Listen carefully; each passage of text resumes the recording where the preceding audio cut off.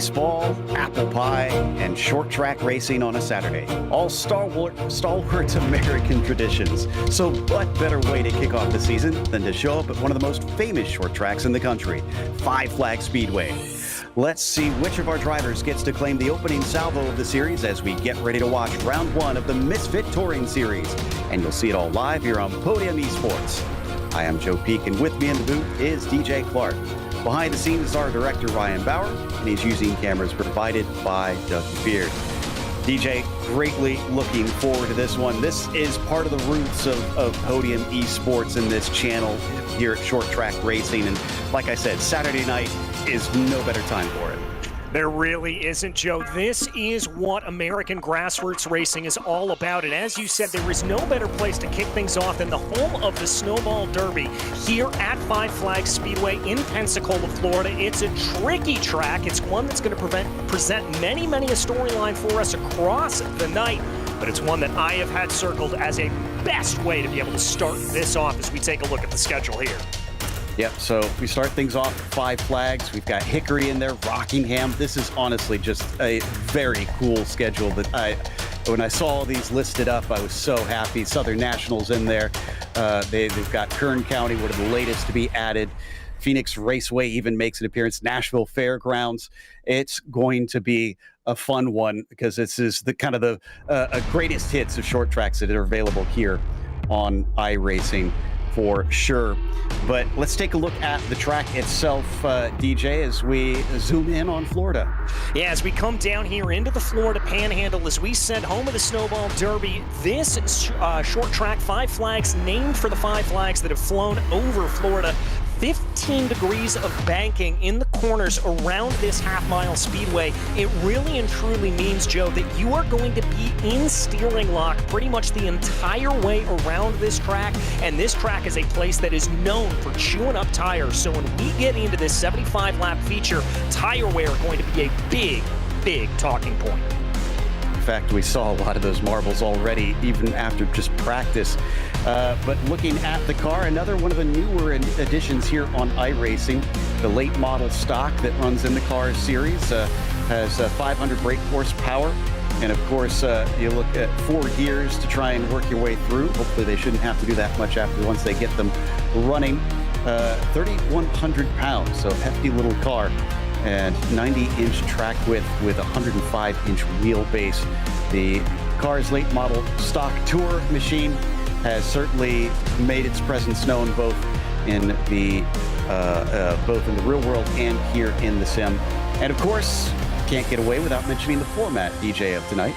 Yeah, exactly. It's going to be a standard heat racing format here. The top 12 from qualifying automatically advancing on into the feature event. From there on out, we're going to have a series of heat races. The top 3 will advance on from those 10-lap heat races, then a 15-lap last chance qualifier from which the top 2 are going to advance.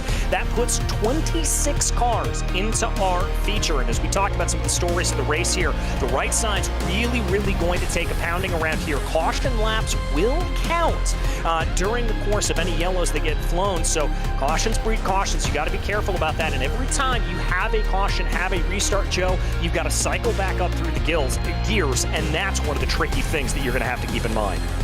That's true. And, well, with this being the first race of the season, we, of course, wanted to get a chance to have a chat with one of the organizers, Kyle Adams. Kyle, thank you so much for bringing us on to cover this. We're so looking forward to it. I understand that you have plenty of ties with your local short track, which sadly is no more, but what inspired you to kick this off virtually? Absolutely. First off, thank you guys for being here and taking part. You guys are best in the business. Looking forward to having you all season. But yeah, the Rockford Speedway, you know, it's a deep passion for me. The drivers have become friends and family. And now that the track's closed, we want to find a way to keep everybody together. We're bringing that short track vibe into iRacing, and that Saturday short track, it's just so intense. And we want to have that emotion carry through the winter and then on to years follow. I can totally understand, and as someone who has worked at a short track, although on the dirt side, I understand what you mean about the feeling of going through all the various races in the evening. Is there anything that you pulled from your time at Rockford to help inspire this?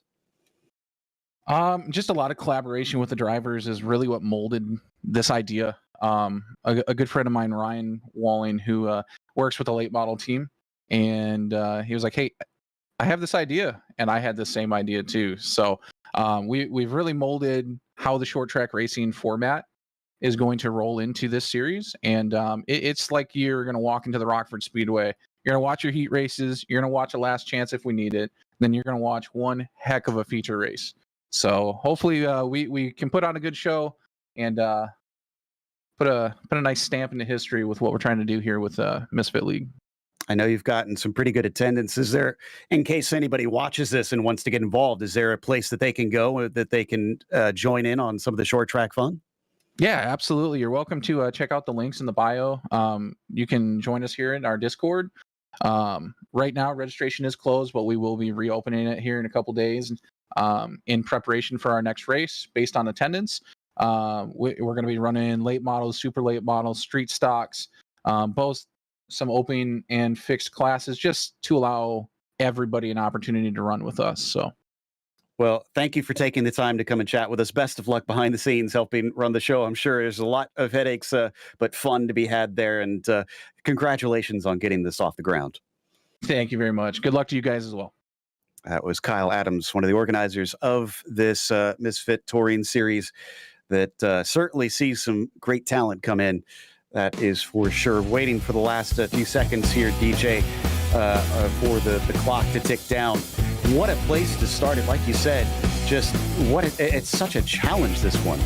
Yeah, it really is, Joe. I mean, when we talk about these different short tracks that move along through the calendar, this is one of the ones that is most tricky. And I think one of the big things that we're going to be talking about here today is that marble buildup on the outside of the track. It's going to make running high a little bit difficult, but we're going to find out how it plays because we are ready here at this point for heat race number 1. Indeed. So it's going to be Angel Ortega that starts on the pole of this first heat, with Nick Redberg going to be starting in second place. Ethan Leahy will start from P3, and then it's Jim Duda who starts from 4th. After that, Kenneth Storkson will begin P5. To his outside, it is Jacob Alexander. Row 4 sees the likes of Terry Wagsness there in 7th, and Aaron Genske in 8th. Finally, in row 5, it is Jared Duda and Kyle Adams in 9th and 10th. And already the cars are gridded up and ready to go for this one. 2 heats that it looks like we're going to be seeing, a consolation, and then we head off to the feature. How important is it to have a first heat here, especially considering it's so short, DJ? Well, it's really, really crucial, Joe. You want to be in that top 3 here at this point. You don't want to put yourself into the last chance qualifier. That's just going to raise up the adrenaline, raise the stakes for you as much as possible. And when you're in a short track format like this, you want to be able to take a little bit of time to calm yourself down, not have to worry about anything, and just be able to focus on that feature race. So being up in the top 3 here of one of these heat races is going to be absolutely crucial. Well, we'll see if drivers can climb forward, because as we said, only the top 3 that will be advancing to that feature means that it's going to be most of the field heading off to the last chance qualifier if they can't try and make some passes in what few laps that they have during these heat races. Looks like just waiting to get going here in a few seconds, and then we should be taking off 8 cars, actually. Apologies. Looks like Duda and Adams are not going to be taking part in this one, as now the pace car is leading them away. Yeah, pace car going to lead him away here for 2 laps under caution conditions. And crucially here, we've seen the track temperature fall a little bit. It's still a wonderful 75 degrees Fahrenheit out in the air right now with about 25% relative humidity. But the track temperature has fallen down to 97 degrees. So that means that it's not going to be super hot like we saw in practice. It was up to about 107 there. So that means it's going to be a little bit easier for these drivers to get themselves around. And starting double file, naturally, of course, DJ. What does this mean for those starting on the outside? You mentioned the marbles. This is usually a low-line track from my experience here. Is that going to make life really tough at the start? Yeah, it is. I think you're going to see the likes here of Rehberg and Duda want to absolutely dive down to that low side as quickly as possible, try to slot themselves in line. And I think if you are the likes here of Evan Leahy, you are going to try to hold that position as much as possible. But this is all going to be on Angel Ortega to see what kind of getaway that number 29 is going to have. All right.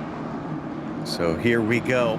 Pace car peels in. Green flag is out immediately, and it's a good start for Angel, although around the outside, Nick is holding on as tight as he can, but will he start to fall away now that we swing down to the corner? He sends it in as deep as he can go, and that drifts him up into the marbles, but he holds on to it, DJ.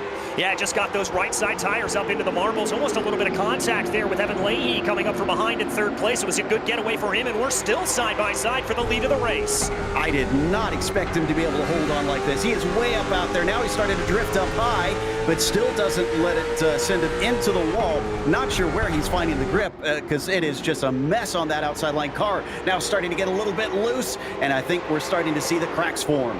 Yeah, I think we are a little bit. That car got a little bit slideways coming out of turn 4 right now. Drifts up big into the crane coming off of turn 2. That's going to lose some momentum. And Evan Leahy says, thank you very much. I'll take that position. But Leahy gets into contact there with Ortega in front of him and drifts up the track himself.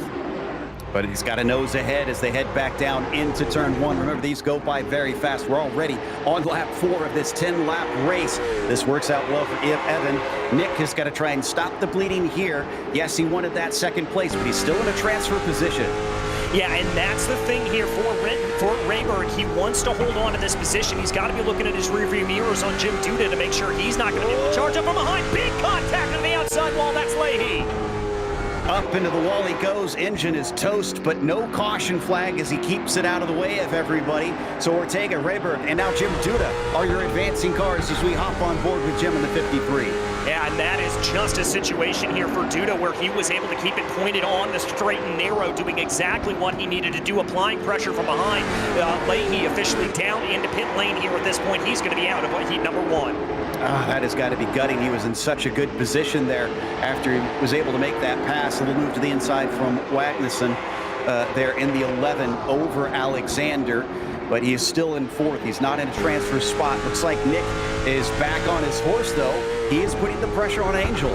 Yeah, starting to look down to the inside there, taking a little bit of a narrower line. That's going to allow him to drift up off the corner, and he's got to check his momentum a little bit. But Rehberg did set the fastest lap of the race last time out, so we know that number 16's got speed.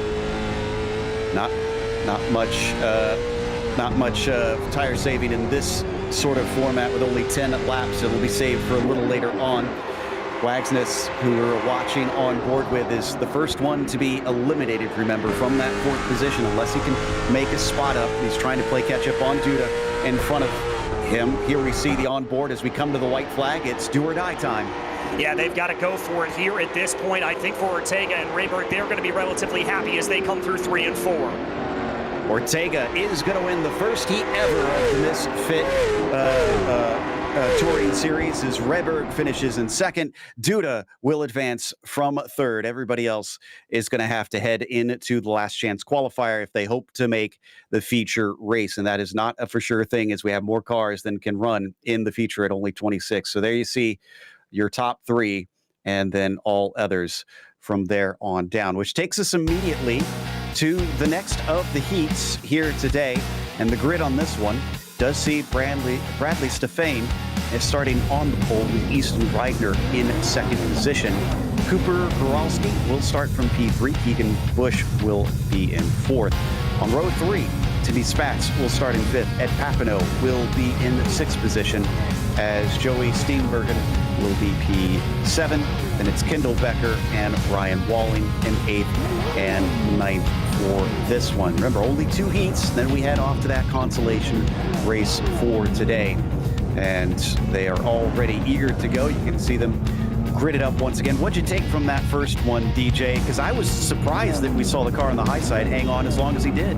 Yeah, I was very surprised by that as well, Joe. And I think what we saw there was a little bit of heads up. That car on the outside kind of deliberately putting its tires off into the marbles and deliberately unsettling the car a little bit to get that rotation up on the high side. I think that helped out here a little bit, so you're going to have to be a little bit careful about that as this race goes along. That may work for the heat races. As things continue to play out, it may not continue to be a successful strategy. Outside of that opening couple of runs, though, that high side looking very, very dangerous. We saw what happened with Duda and going up into that high side, or with Leahy, rather, going up into that high side. And I think you're going to want to try to stick low as much as possible. I think so, too. Eventually, it started to bite them, and it bit hard when it did, unfortunately. So drivers on the second pace lap. This is Reidner's perspective here. Even, I don't think I've ever seen this, even has his drinks bottle in his mouth. Oh, there you go. He will have the drink here at this point to be able to have that, so that'll be good for him to be able to be going around, get a little bit of refreshment as he runs this 10-lap heat race. I guess you don't really get many chances to take a break at this track, so it makes sense that he'll want that in his mouth and at the ready if he needs it. Green flag is out for heat number 2, and up at the top of it, it looks like Bradley Stefane is going to be able to pull away easily and get to the front.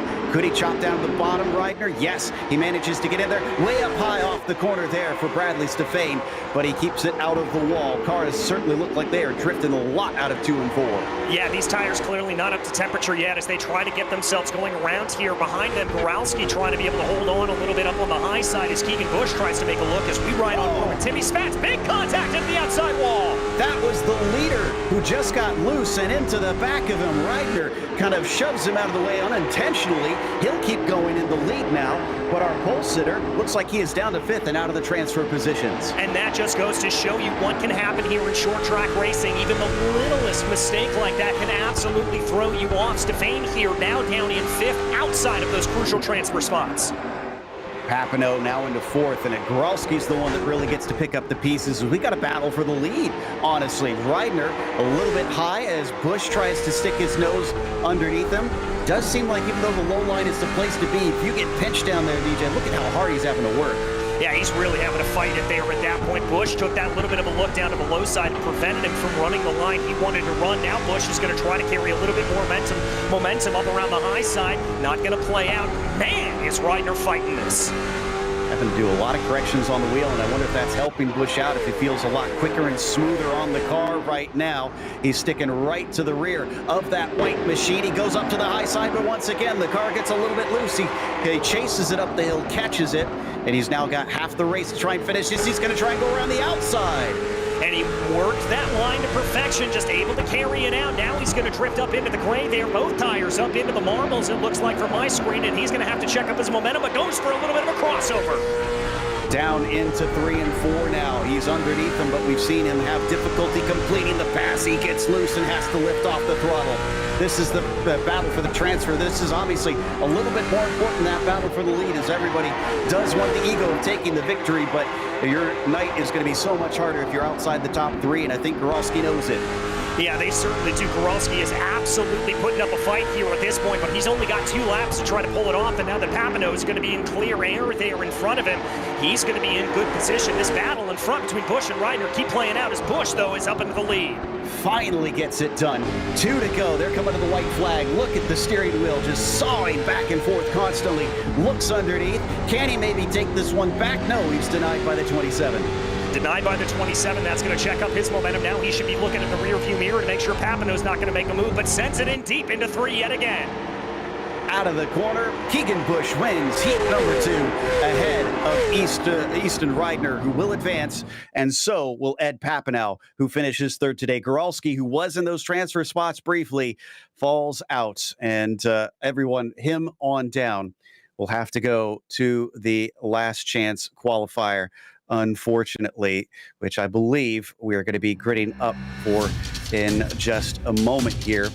So this is to try and get into the feature race. Remember, this is going to be a 15-lap shootout, this one, as Terry Wangsness will start from the pole, and Cooper Goralski starts in 2nd. Then it's Jacob Alexander starting P3, and Timmy Spats in 4th, as Aaron Jensky will start P5. Outside of that row sees Kendall Becker in 6th. Kenneth Storkson starts from 7th. and Bradley Stefane starts 8th, Evan Leahy 9th, and Joey Steenbergen will be 10th. And just a couple more cars, Jared Duda, Ryan Walling, and Kyle Adams, which, as I said before, I believe they are not taking part. So I think if I heard correctly, DJ, will all advance to the feature then? No, it's just going to be the top 8 here. And with Duda, Walling, and Adams not being listed in here, this is going to be a battle to get out of those final 2 positions. And Joe, the battle that I'm going to be keeping my eye on is 2 of the fastest qualifiers from our previous heat races. Evan Leahy and Bradley Stefane. Both of those drivers were very, very quick, but found themselves in trouble. They line up 8th and 9th. Right on that battle for the final transfer spot. There you see some of the marbles we've been discussing on the outside. Some of the drivers, though, trying to warm the tires up and getting out into them. They might want to watch out. That's one thing you should actually hear inside the car. One of the neat things about iRacing is that you can actually hear dirt and marbles and things actually kick up underneath the car. So you'll know when you've gone too high. Yeah, you certainly will here at this point. You'll hear that kind of almost as it were, as I use my best voice box there to be able to try to describe what that is. But certainly is here at this point. But for these drivers, I think this is where we're going to see some interesting play. If I'm Lagsness, if I'm Goralski at the front of the field, I'm not going to be fighting too hard here, Joe. If I'm Leahy and Steenbergen, look for them to charge. So the 11 starting on the pole.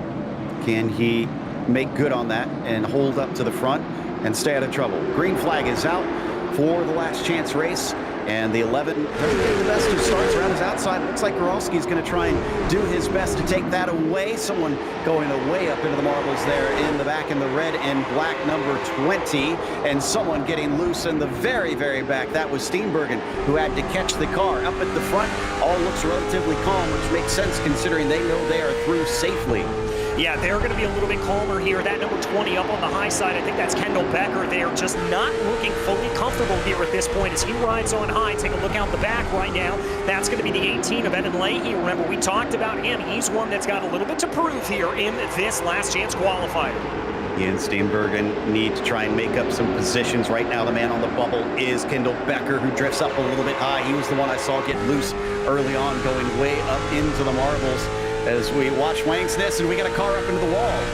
Yeah, that's going to be Aaron Gangsky there in the 115. I think caught some of those marbles up on the high side. That's going to put him down into 10th, but the green flag stays in the air. We're going to stay clean.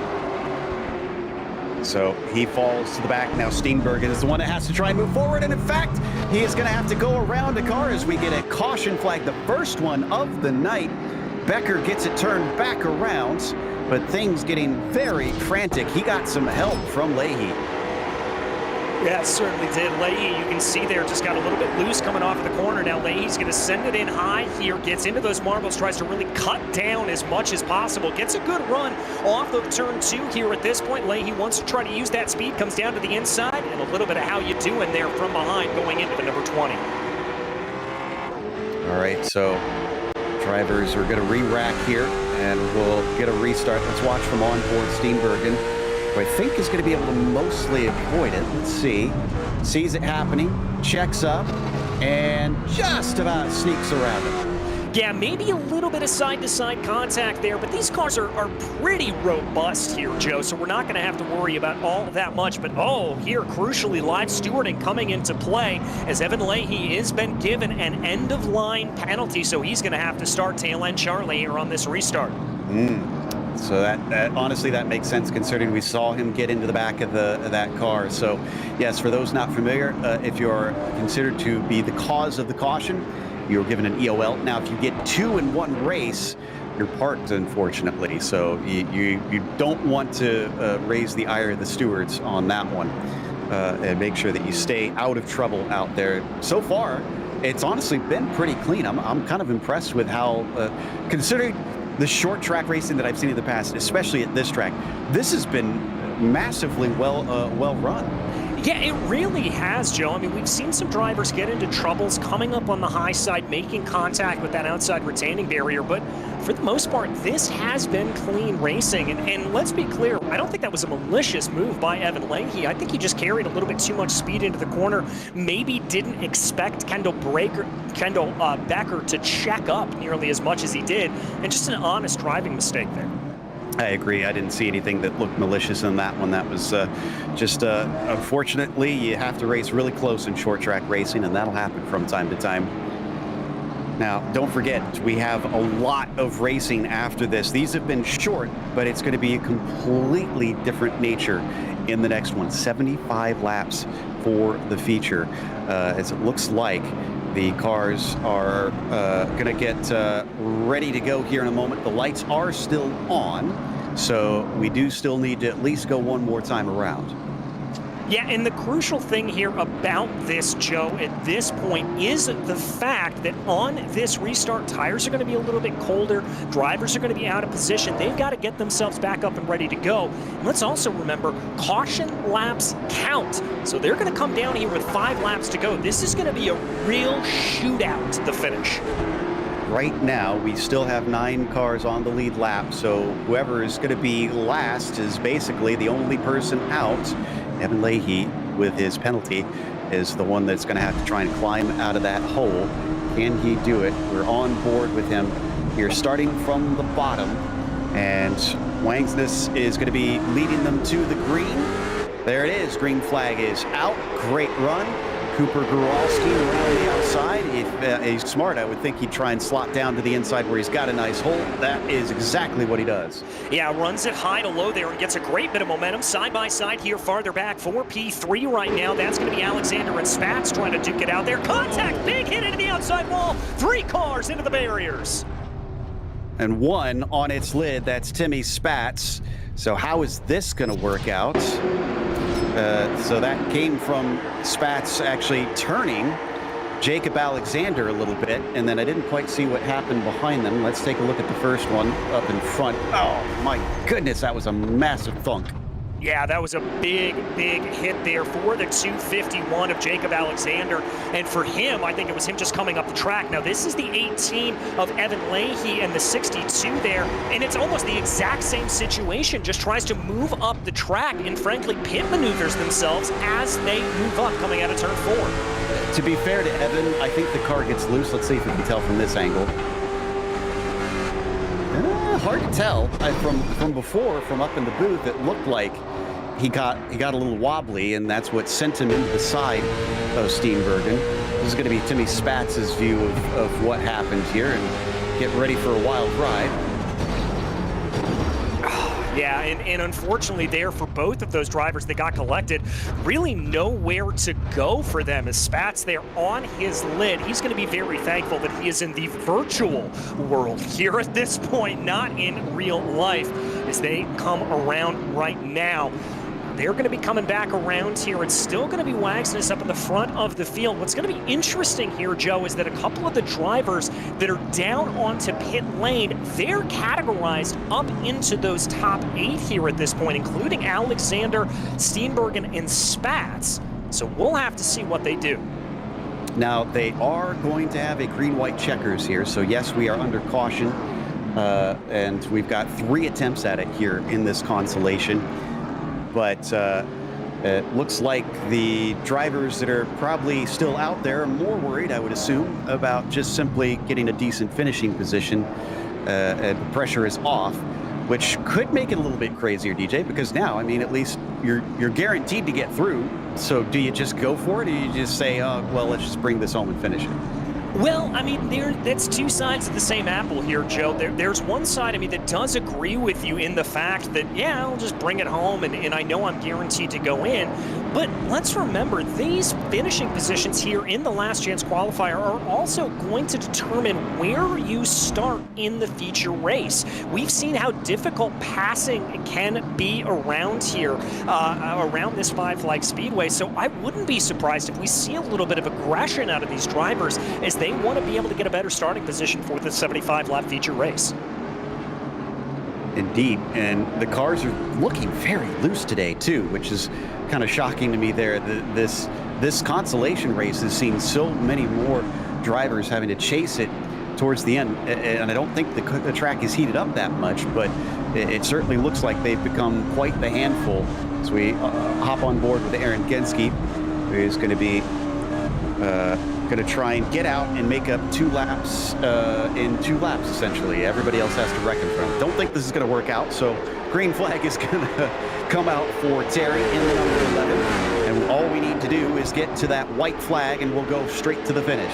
Well, and so far through turns 1 and 2, we look nice and clean. The only driver really working down on the inside is Kendall Becker there at this point, as now they start to fan out a little bit, coming around to the white flag, as the white flag will now wave. 1 lap to go here in the last chance qualifier. Race is official. Getting turned around, the 11 gets sent up into the wall and hit by the 20. Goralski is your new leader. An unbelievable change of events on the final lap of the race when the yellow cannot be thrown. Cooper will take the win in the consolations to fame is going to go through, and we're understanding that everybody out on track will make it down to Genske. Unfortunately, Alexander, who is in the pit lane, is done for the night prematurely.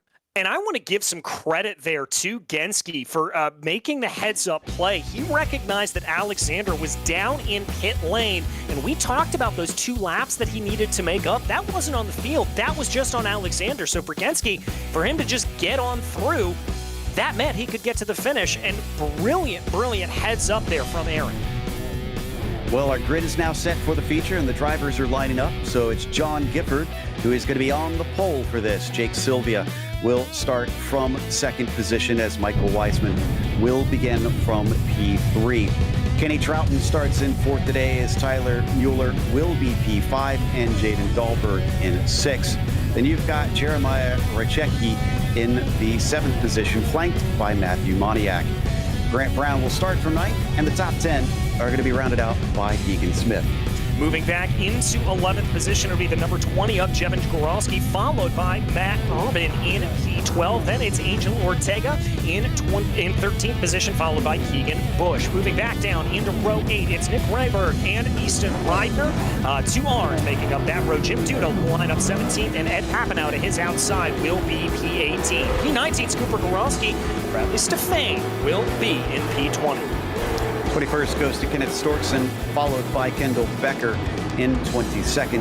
Terry Wangsness will be in 23rd. Joey Steenbergen in 24th, and Timmy Spatz 25th, with Genske being the last car actually starting from pit lane.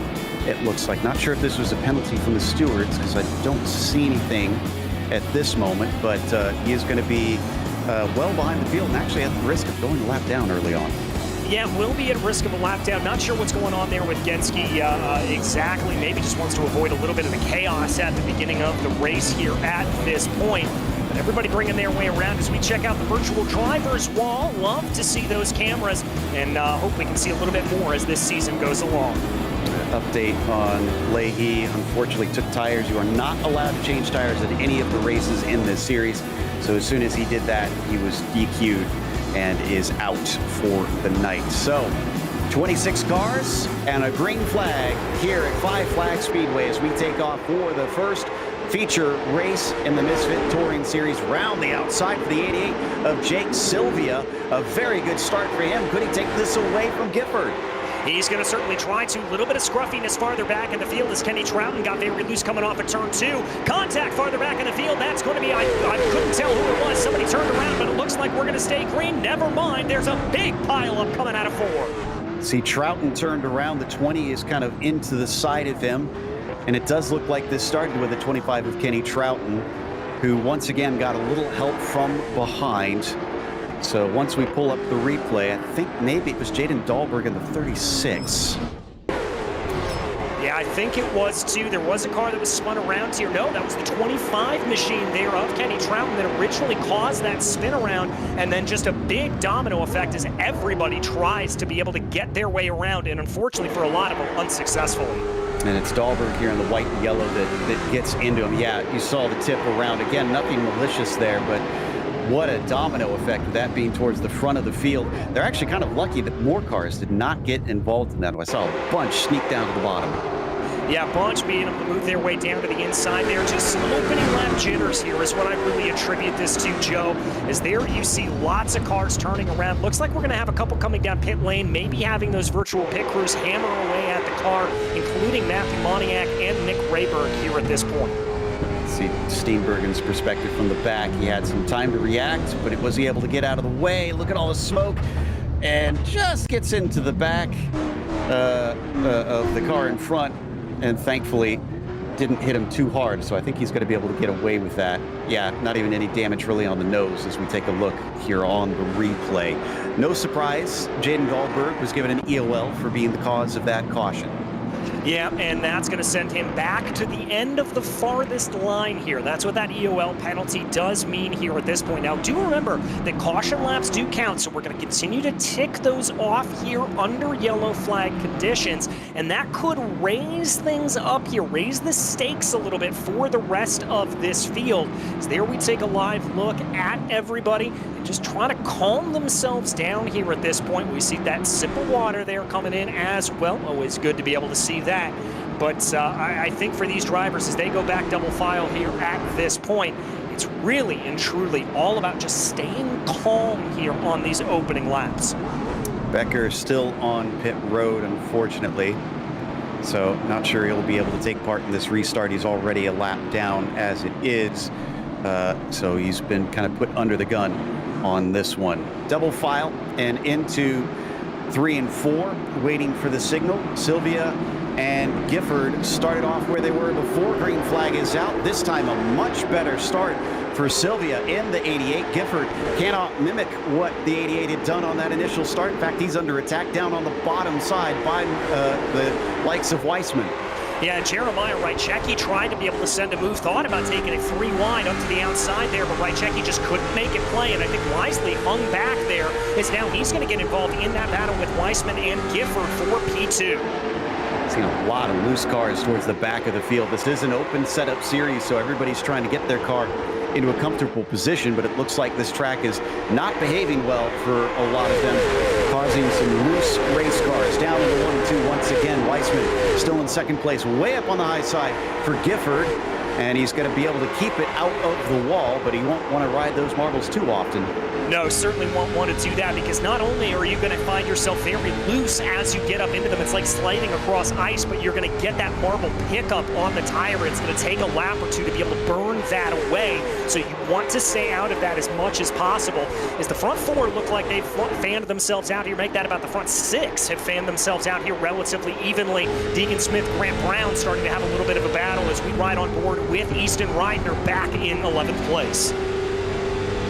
Yep, he's currently fighting actually side by side. Can't quite see to his outside. There he is Goralski trying to hold on tight as drifting up beside them. They've also got Bradley Stefane fighting. Whoa, and somebody down to the bottom. Not sure who that was. That was Aaron Genske. That was him trying to stay out of the way because he's a lap down, so he's not in this fight. We come back to the battle side by side, getting loose, hitting the inside wall. Massive wreck there into the pit entry wall. Yeah, that was Rayberg. Papineau collected in it as well. Looks like Stefane may have been gathered up into it as well. Big, big hit there, and that's one of the dangers of short track racing, is that interior wall. It was Stefane that started it all off, unfortunately, and he hit that inside wall. It looks like he made contact with Reitner. Here it is here. Starts to spin him. Oh, man. And if it was just maybe a foot wider, he would have avoided it. But of course, then he would have slid up in the cars to the outside, but maybe would have been less of a wreck. Let's watch from his perspective. Yeah, it just comes down here. I can't really tell from that angle if that was a pinch or if that was a little bit of a drift up, but such a big kathunk there. And I'm not sure who that was that got absolutely ping-ponged out into the outside barriers. But talk about an unfortunate string of events. We're going to ride on board with Storkson, who's going to be in the popcorn position to all of this. So it was Jim Duda who got hit. And then I think the 10 of Papineau, who we already mentioned, was just at the wrong place at the wrong time. Both cars just kind of bounced into in the end. So one more angle on it here. Yeah, look at how quickly it shoots him out to the outside. And he's since taken it into pit lane for some repairs. In fact, that one, I think, sent a lot more cars into pit lane than our previous wrecks. Well, I mean, the previous wrecks that we saw, Joe, were a little bit slower speed. They were a little bit of just kind of brushing into one another and barely hitting one another and that kind of thing. For this here, for this incident, that was high-speed collisions as everybody was getting onto the power out of turn 4, and that's what really sent them around. Still at about 89 Fahrenheit on the track, so drivers are slipping and sliding around. Maybe they need to cool it down a little bit. I mean, there's always that old adage, DJ, if you to finish first you must finish. So I mean, some of these drivers, I think, are looking antsy to try and be as fast as possible, but maybe it's a case of run at 9/10. I think even back it off into 8/10. We've seen 2-3 caution periods here in the first 15 laps of this race. And I think for a lot of these drivers, you've got to just let the race come to you a little bit. I wouldn't be surprised if a lot of these drivers have set these cars up, as you said earlier, open setups here, that this would be a little bit set up for a longer run. Maybe they'll feel a little bit more stable as the race goes along. And so I think here for the early sessions of the race, just let the car come to you, let the track rubber in a little bit more, because remember, even with the marble buildup, the more drivers that we send around the track, the more rubber is going to get built into that low line. It's going to make it grippier, it's going to make it faster, and it's going to be easier to run low. We're double file, ready to start once again. And this time, I did not see a penalty given out, an EOL penalty given out, so maybe they considered that one a racing incident. As the pace car peels in, the green flag is out for Sylvia, this time flanked by Weissman, who's not able to try and get the jump on him around the outside. He will get into second place quite easily as he finds an opening behind him. Tyler Muller is going to be able to get third as we got a battle for fourth between Rychecki and Smith. Yeah, they're going to be duking it out a little bit there. It looks like Rychecki's forced up the track ever so slightly. 46 of John Gifford, who we ride on board with, trying to take advantage right now. Down to the inside. Oh, they are getting devilishly close down to that inside wall and down to that retaining barrier on the inside as they are pushing the limits of these cars. We got another caution flag, and this one was down in turns 1 and 2, and actually, I think it involves the inside wall a little bit. This looks like Moniak in the 3 and Storkson in the 57. Let's take a look. All right, this is coming down into turn 1, and again, another one of those incidents there where we talked a little bit about not sure if somebody moved up or moved down on the circuit. Two drivers trying to vie for the same position. Also looked like we had another incident coming out of turn 4. Oh, that was a big hit. Oh, that is a shame. Maybe some drivers checking up for the yellow and didn't realize, didn't get the memo. So we'll see that sometimes, especially on a short track when everyone's so close together. Reidner looking a little bit nonplussed about the whole thing, and don't blame him. This has been a bit of some caution flag racing out here. So here's Easton. Oh, was he involved in this?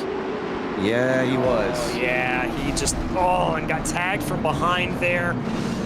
I was going to say hopefully able to avoid some damage, but it just didn't look like he was able to there at that point. Definitely a harder lick into the outside barrier here as there we see it.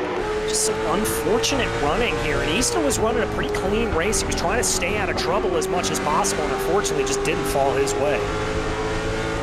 So watching from the onboard, almost drifted up into Easton. And then the second time, unfortunately ran out of the luck. Woo! What an escape here from Terry. Didn't realize that he was that close to being taken out.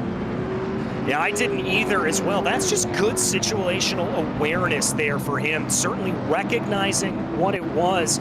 As we also saw, kind of taking a look out of the corner of his screen, maybe watching the broadcast there a little bit for him. So good runs there for him all the way around that he was able to avoid it. Yeah, a little smile from him. So yeah, I think he saw what was going on there. Also, Easton Reidner in the number 7 was given the EOL for this one, so he has been considered at fault. Unfortunately, we've already lost Bradley Stefane is out of this race. He is a DNF, so he's done. Ed Papineau has been in his pit stall for quite some time, about 3.5 minutes, so not sure that we're going to see the 24. And also Keegan Busch and Jim Duda are sitting in there taking repairs. So there's a number of drivers who may have ended early, even though they made it to the feature. 50 laps to go on this one. Can we get some green flag racing? Well, I think we certainly could be here at this point to try to be able to get themselves going. Yellows breed yellows. Yes, that is the adage, Joe, but I think at this point, drivers recognize they need to calm down here a little bit, and that's exactly the position they're going to put themselves in. And they're going to wave off the green flag here, which gives us some time for a quick little bit of housekeeping. Reidner was not given the EOL for being at fault for the caution. He was being given that for causing an accident after the yellow came out, which I can understand they don't take a very bright view on here in this series, so that's why he has been sent to the back. Yeah, and the reason why we delayed this start here was the field was a little bit spaced out, and race control wanted to see them bunched up a little bit more, make this a little bit more competitive. One of the last things you want to do is have a big spaced out start here to get everything back around. Get everyone a good opportunity to try and get a good restart here on this one, because this is your best chance to try and make some positions. Sylvia knows it, so he's going to get on the loud pedal quickly. His green flag is out down to the inside. Tyler Moeller once again. Here he goes. He's very quick on these restarts, and he's going to deny Weissman that second place. Yeah, smartly doesn't come up and chop off the front there of Michael Weissman. Just going to try to hold it down to the inside here. We ride on board with Gifford right now, who's really got his choice of lanes in that number 46 machine, able to move it around the track, as Weissman is very, very loose up on the high side there. You can see that car just dancing off of the corner. So we go single file now briefly once again. Thought I saw a car duck into pit lane there at the bottom side. Yeah, someone has decided to abandon this race, and that is Jim Duda, who's unable to continue after trying a brief moment of getting back out on the circuit. Watching from Urban, it is getting quite frantic towards the tail end of the field. Noah's Ark as they work their way through right now, almost 3 wide, coming down into turn 2, or turn 1 rather, as they try to sort themselves out, trying to be able to figure out a line here. You can just see these drivers farther back in the field, maybe getting a little bit antsy. They want to try to get themselves into good position. Coming off the corner down on the low side, Matt Urban still trying to make the pass on Kowalski, but nothing doing as we go up to Gifford now in 5th place. He is on the tail of Michael Weissman. And that's the top 5, starting to see a tiny bit of a breakaway from the rest of the field. Yeah, call it about 8-9 car lengths in between Gifford and Grant Brown here at this point, but I'd be wary if I were that top group and know the battling's going on behind me. I'd want to stay in line. We check back here to Nick Rayburn trying to fight his way back through the field after being involved with that incident earlier. He's got an absolute slowdown in front of him there as Dahlberg and Goralski are 2x2. Still some good fighting here towards the back of the field. Dahlberg on the bottom side, recovering from his earlier penalty. Goralski now has to watch out because Rayberg is right underneath him as we hop on board with Goralski, who is currently sitting in 9th. Yeah, that's a good run here for Goralski to be able to get his way up. We've got a little bit more reports coming from race control. Aaron Genske disqualified for taking tires. Again, that is banned here in this Misfit series. Yep, they try to do it like a real short track where you're not out there taking tires. Drivers have to try and run from start to finish on the same rubber. Things getting a little bit tense here in the top 5. Yes, they pulled away from those behind, but guys like Gifford want to try and make some inroads. Yeah, right. Checky got a little bit loose there behind them. That's going to grow that gap between Grant Brown and John Gifford, I think, a little bit. As we ride on board right now with Terry Wagsness he is back down in 11th place, trying to get his way up forward. He's going to be hoping for another yellow to come out here. Looks like he's got a little bit of a spectator watching over his shoulder. I was just going to say, just to put the extra pressure on, he's got someone watching from behind. Not sure who that is, but certainly, whoa, my goodness, look at the corrections going on as he's trying to keep the car from slipping out from underneath him. Again, these cars just look like they do not want to give grip today. No, they are absolutely dancing here, Joe, and that really shows you just how difficult it is for these drivers to try to keep everything up underneath them. We do have a little bit of interesting formation coming up in front, though, as Joey Steenbergen is a lapped car. He's sticking up to the high side, giving these leaders some space, but we are going to have to deal with lap traffic if we continue to stay green. They're going to stay to the outside. Joey's going to keep them from getting into an accident with him. Great job there from the 62. All top 5 have now gone through. So that answers that question on if that'll affect this top battle. 36 laps to go now, and it is still Sylvia leading the way. John Gifford, the last car in this leading pack right now, maybe holding back a little bit, trying to save his tires. He's up ahead of him, Tyler Muller. Maybe a little bit of contact there with the outside barrier. He's pushing the limits. Can do that sometimes. Can't do it too often as they come off and just scrape the wall once again off of turn 2, using it to keep himself keep himself flying as fast as he can off the corners. And he and Wiseman are getting very close to contact. In fact, Wiseman gets turned around. Oh, and that's going to send him spinning. He's going to be down to the inside. Let's see if the rest of the field is able to clear him here at this point. Caution has been thrown. I wondered. It took a while for it to come out, but it looks like actually that was a manual caution from the stewards. So iRacing thought that was far enough outside the racing line, and poor Michael Wiseman is probably very happy that they had thrown the manual caution on this one, because that certainly would have put him multiple laps, or at least one lap down. Started to get loose, so I think we had a wreck already happen, and poor Gifford was kind of in the wrong place. Yeah, and what happens there with that is that maybe a little bit of a result of getting on the power just a hair too early, maybe turning the car in a little bit. No, Joe, you know exactly what it was? I saw there coming up behind that car in front of him, of Tyler Muller, is he went into the corner and had to check up his momentum. I think he had to try to dab the brakes a little bit, and that just over-rotated the car right about there. You can see it start to go, and Gifford unfortunately tried to move up to the high side, tried to be able to give him space, and then just no space to go, unfortunately. Yeah, and that just is kind of the nature of the beast in these races, where sometimes you run out of that space very quickly, as we're trying to get the cars back up here in a line once again. There we see the the spectator for Wangsness. We're not sure if that's a sibling or not, but looks like they're at least playing as an extra spotter for them, kind of giving watch for this race.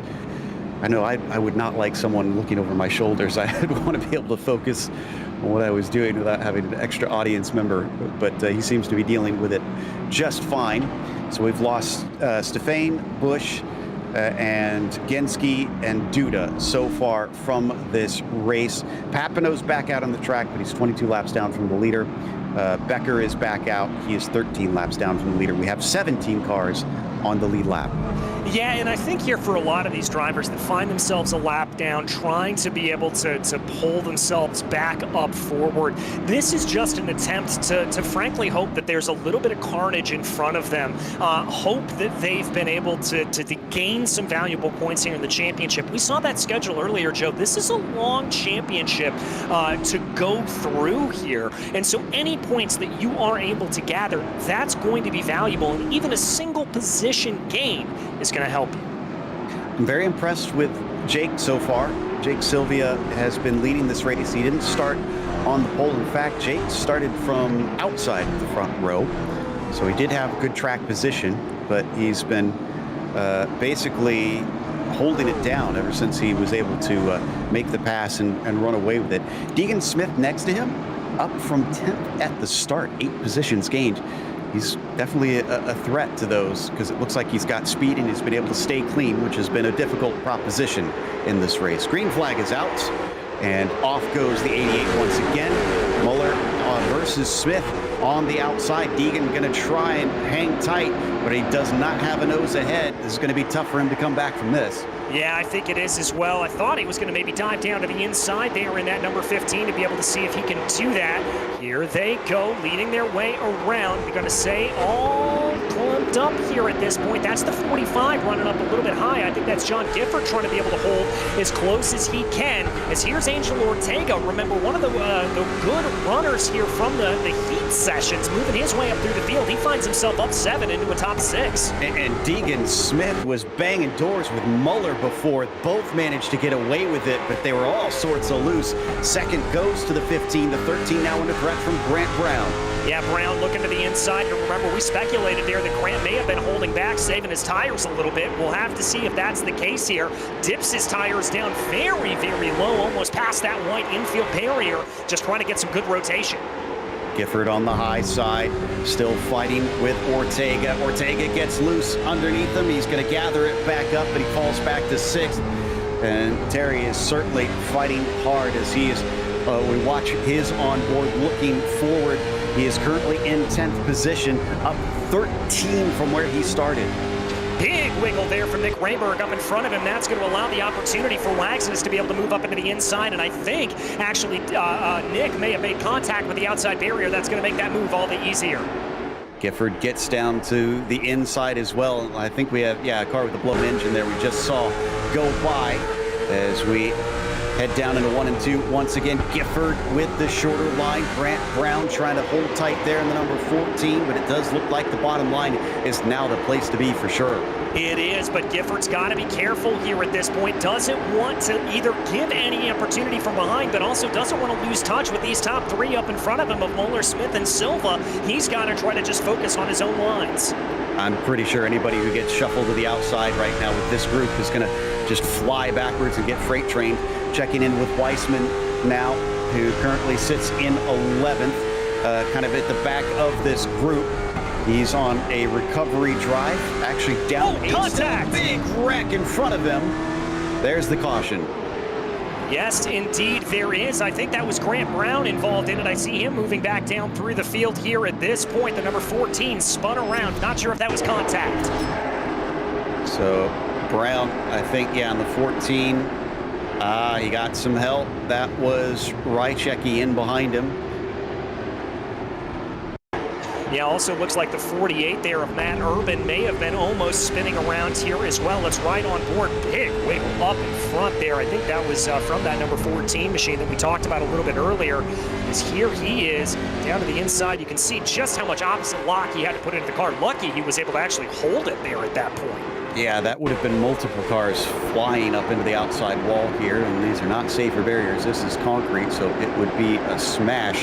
Yeah, watch the teal S on the hood there on the bottom. Really loose. Saves it while underneath another wreck, and everybody else behind him, unfortunately, has a little bit more damage now.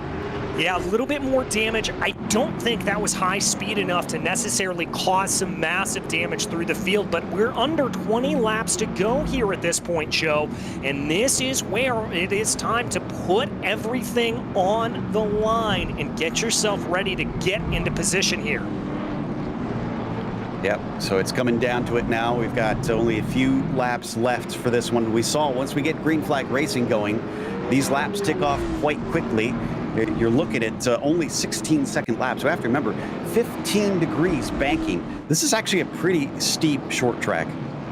Yeah, it really and truly is. I mean, 15 degrees around the half-mile circuit, that's incredibly steep. You can carry so much speed through these corners, and normally, if we didn't have these marbles on the outside quite to the level that we do here, I would expect that high groove to come into play a little bit more.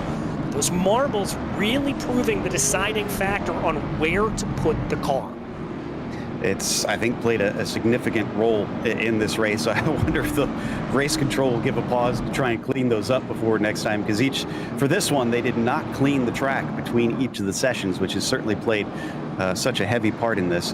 And trying to see if we have the lights on. Lights out. I don't think we do. Because, yeah, there they go. The lights are still on the pace car, but they were starting to get lined up. Everybody is eager to get racing. Green next time by, the official call here from race control, and so that means that we are going to have a 14-lap shootout to the end. The question's going to be is if we stay clean and green, or if we get into a position here where we may have to have those green-white checkered attempts come out. That's a good point. I had forgotten about that until you said something just now. So we could see this race extended as we come to the green now, and the 88 of Jake Silva has been leading for most of this race. He'll continue to do so as he takes that green flag. Deegan Smith has an opening down to the bottom. He's going to take it immediately.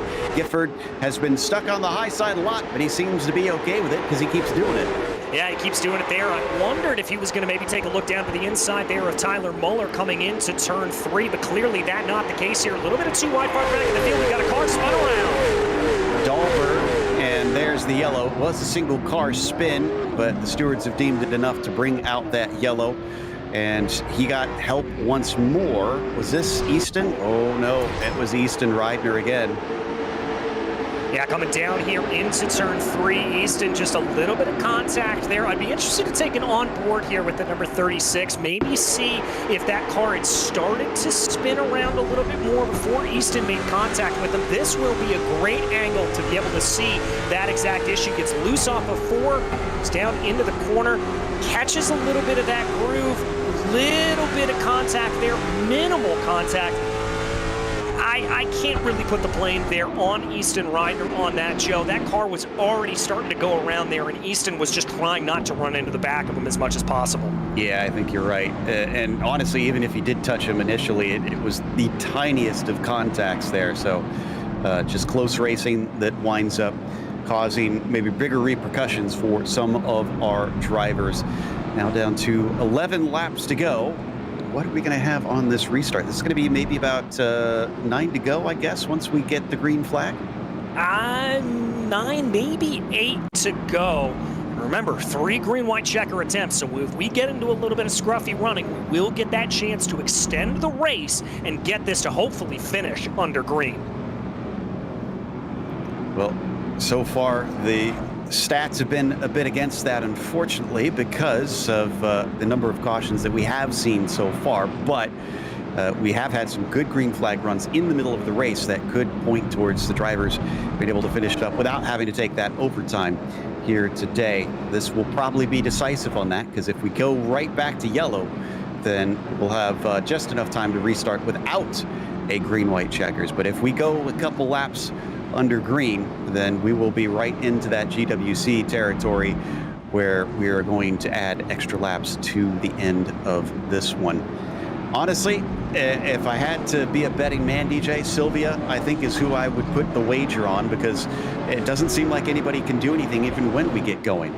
I agree with that wholeheartedly, Joe, and I also think the fact here that because Jake has been so strong off the restarts, he's not necessarily going to be too upset about these restarts continuing to come out here. He's gotten the jump on Deegan Smith, he knows how to control it, and watch for him to do the same. Don't have the 1 to go signal quite yet. Need to wait for that to come out. Hopefully we will soon. No, lights are still on the pace car, so we carry on for at least 2 more laps around this track, which means we're going to be starting at most with 6 laps to go. It's going to be coming down to it. In fact, I think, again, like I said, with 6 laps to go, they need the yellow to come out immediately, or else we are going to have to extend this race. Yeah, we will, and hopefully we'll be able to keep it clean here at this point. We're down to about 19 cars, make it 20, but here they go, ready to go again. And the green flag is out as we take off and start to speed away. So we go racing down into turn 1, and Sylvia is actually challenged a bit this time as Deegan Smith is holding tight around his outside. Big slide from Muller in behind them in the number 13, trying to make this a race himself. Car around the back. Car around in the back there. I think that may be Kenneth Storkson. I see Dahlberg as well involved in that. Grant Brown gets turned initially, it looks like. So a couple cars get sent to the outside wall. These high speeds with this banking has really made these some heavy hits. Look at this. Yeah, that was on the number 14 here at this point. That one was on Easton here a little bit, but there was a pretty big wiggle of the 14 that came through the corner. We're going to ride on board with Easton Ryder right now. Car twitch, contact there in the back as he drifts up, and Easton has been disqualified from the running. That's his 2nd penalty of the day. And as we said, 2 penalties, that is a DQ for him. And apologies, I think I did get the information on that wrong. Looks like 3 penalties it takes for the DQ. So he was deemed at fault for the 3rd time tonight. And that is it for Easton, who is going to be our latest did not finish for the race. And now we are waiting for just 2 drivers left here of our cameras that have hooked up, because we've lost our other ones, unfortunately, early in this race. You can see a shake of the head for one of them. That's Kenny, actually. Troughton, who seems like maybe he's getting a little bit frustrated with some of the cautions here. He currently sits in 12th. I think he'd like to get this one rolling. Yeah, I think he would as well. And Joe, it's such a frustrating thing when you are a short track racer, when you are a dirt racer like this, when you're in these kind of positions. You just want to get the race going, especially here. Look at that damage, though, on the left-hand side of the number 25. It doesn't have to look pretty. You just have to be in the winner's circle. I don't think it's likely he'll be able to do that, but he is still on the lead lap, so theoretically he's got a shot. If it gets chaotic again here at the end, and at 3 to go, if the lights don't go out, then we are going into overtime here, and lights are not out. And we are getting the official confirmation from race control that this race will be extended into overtime. A green-white checker attempt will be had. They get 3 of these. Now, for those who are not familiar, the way this works is the drivers get 2 laps to try to finish the race. If the yellow comes out on the first lap, we'll go back to another green-white checker attempt. Obviously, this will happen 3 times. If we get a yellow on the 3rd time, then the drivers will finish under caution, and that is it. But if we get a yellow after that 1 lap is over and the white flag has come out, then that basically means it is a dash to the finish. The race is official, and a yellow cannot be thrown. So keep your wits about you if we get to the end here, because then it's basically every man for himself. Yeah, certainly will be here, and I'm going to put the impetus here once again on Jake Silva. We've seen that 88 get great restarts, but Deegan Smith was scrappy last time around. Let's see how it plays out. All right, there goes the pace car. Control given over as the green flag is out for Sylvia, and he's on his way down into turn 1. Not quite as clear as we've seen last time. In fact, Deegan has some threat from Muller underneath him. In fact, he's going to get into him and slap the outside wall. He gets spun around. That's surely going to be a caution. No, we stay green. They carry on. They take the white flag, and we're going to finish this race. That is gutting for those involved in that wreck. Sylvia and Smith chasing to the end as Smith looks up around the outside. Deegan wants to try and take this one away right at the very end. He's going to have to do it the hard way around, but he doesn't have the grip, and this one's going to go to Sylvia for the first race of the Touring Series. Absolutely incredible jive here from Jake Sylvia. Really, really controlled running off of the restarts there. Deegan Smith setting the fastest lap of the race on the last time of asking. A fantastic run, though, for Sylvia to take the victory. And credit to Smith, who tried hard to try and get that win. And he did a very good job running it down to the line. There was about 0.06 of a second. As we get a burnout here, because it's time for Misfits Productions' winning moment. If you love short track content, then make sure you subscribe to their YouTube channel here on Misfit Productions. Congratulations here to our winner. I think we might have a replay on that restart. Checking to see if we're going to be going to that. Here we are. Talk us through this, DJ. Well, you see the 15 there just try to send it around the outside, and then the slip there as the 78 tries to push as hard as possible, tries to be able to get that run coming up to the inside. The car just screaming, the tires out, and that's what happened there to him. Now as Deegan Smith tries to make this work, it's a good run there.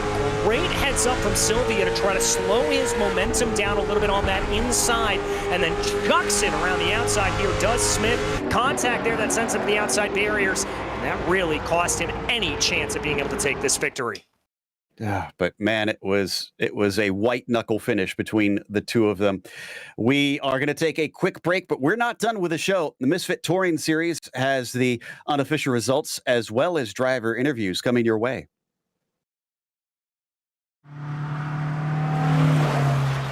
Janice.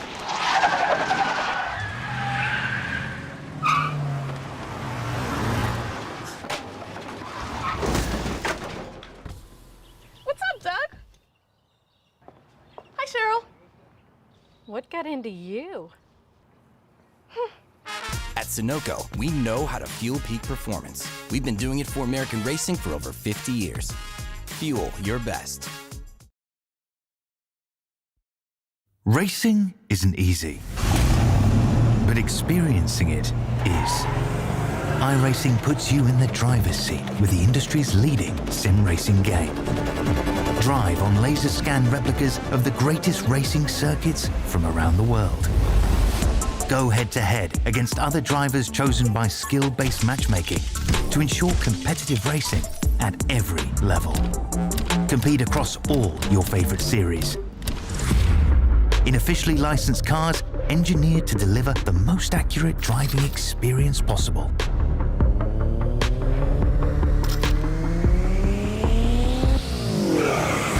Join a race or host your own with players from across the globe. Race against the computer or in a league with friends. Feel the thrill behind the wheel. Visit iRacing.com.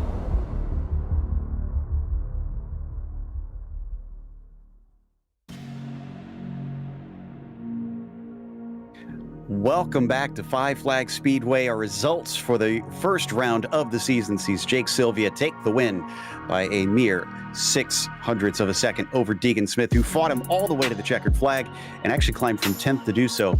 But at the last step on the podium, Nick Rayberg went from 15th to 3rd. It may not have been as flashy as what we saw with those top two, but that deserves a pat on the back. Michael Wiseman will finish 4th today, and then it was Matt Urban who finished in 5th. Matthew Moniak was P6. Kenny Troughton, who we saw get a little frustrated towards the end, climbed his way up to 7th in the end. Jaden Dahlberg, P8. Our pole sitter, Gifford, unfortunately had to settle for 9th as Muller was 10th today. Cooper Goralski came home in 11th, followed by Angel Ortega, who only moved up one position on the day, unfortunately, after what looked like a very promising run for him. Then we ended up in some drivers that ended up a lap down or two, starting with Terry Wagsness, Timothy Spatz, and Jeremiah Rychecki. Also one lap down was Grant Brown, despite the fact that he was up duking for the top 3 earlier in the race. Moving down into the drivers that finished more than a lap down, it was Kenneth Storkson, Joey Steenbergen, Easton Reidner, Kendall Becker, who finished 25 laps down. It was Jevin Goralski, who was in that 20th position with Duda in 21st, and Papineau 22nd, Bush, Stefan, Reidner, Genski, and Alexander, unfortunately. So there's the last of your finishers. Let's talk to our winner, though, Jake Sylvia, who certainly had to fight hard to make sure he didn't lose that one right at the very end. Jake, congratulations, but boy, it got tight at the finish there. Were you worried that maybe Deegan was going to steal this one from you? Might have to work on Jake's mic setup here. Let's see if we can get Jake mic'd up and ready to go here in a second. We'll see. Sometimes, of course, with the new series, we have a few gremlins we're still working out up here in our custom-made booth, so we'll try and get that sorted in just a moment.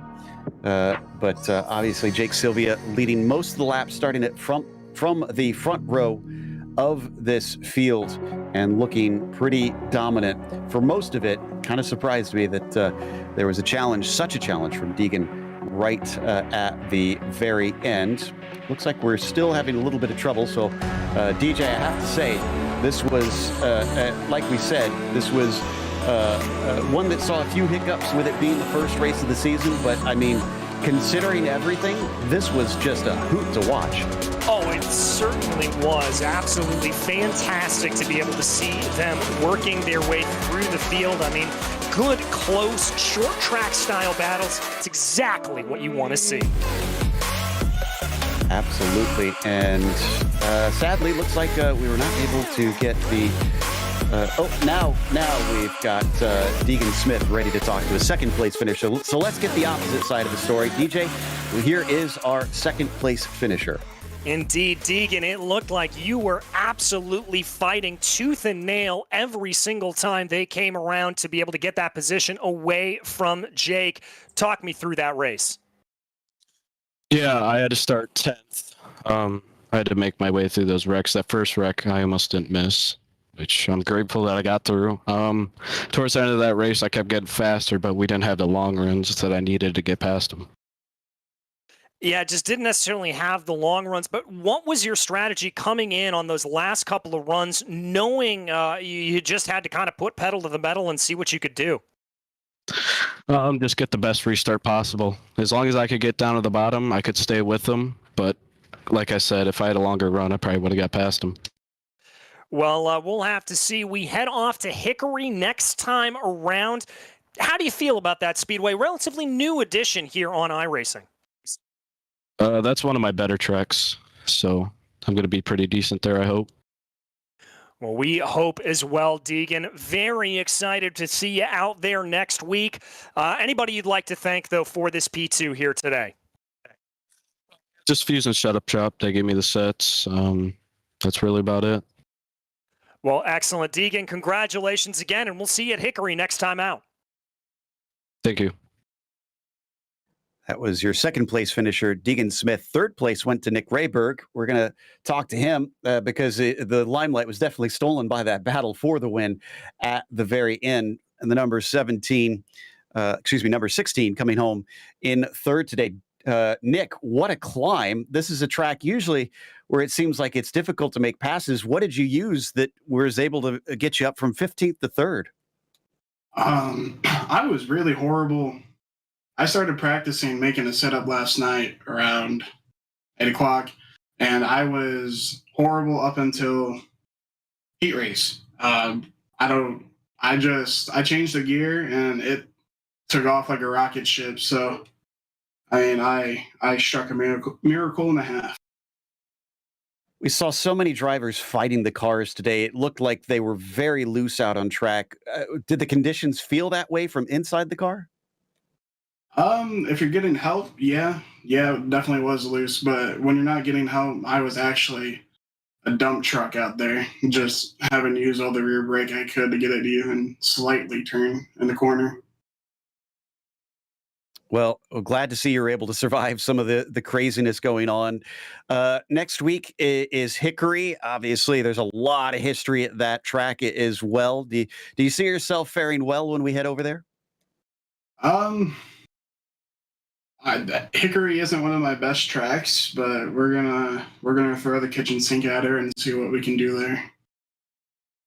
All right. Well, we'll watch out for you because obviously you've made a good impression here on this one. Congratulations on a podium. Thank you. Nick Rayberg in the number 16 car here tonight. And I think we're going to be talking to Jake Silva now. I believe so. All right. Are we on? We've got Jake Silva with us in the number 88 today. Jake, it looked like things were getting a little tight at the end. Were you getting nervous that Deegan was going to be able to steal this away? I wouldn't say nervous. I was definitely concerned with getting another restart there. He was really, really good. He was able to time it a couple of times, a little bit better than even I was. He matched me right away. I saw that wreck on the back stretch. Luckily, we were able to make it to the white, but I was definitely worried about that. After we took the green, I feel like, 2 laps to go.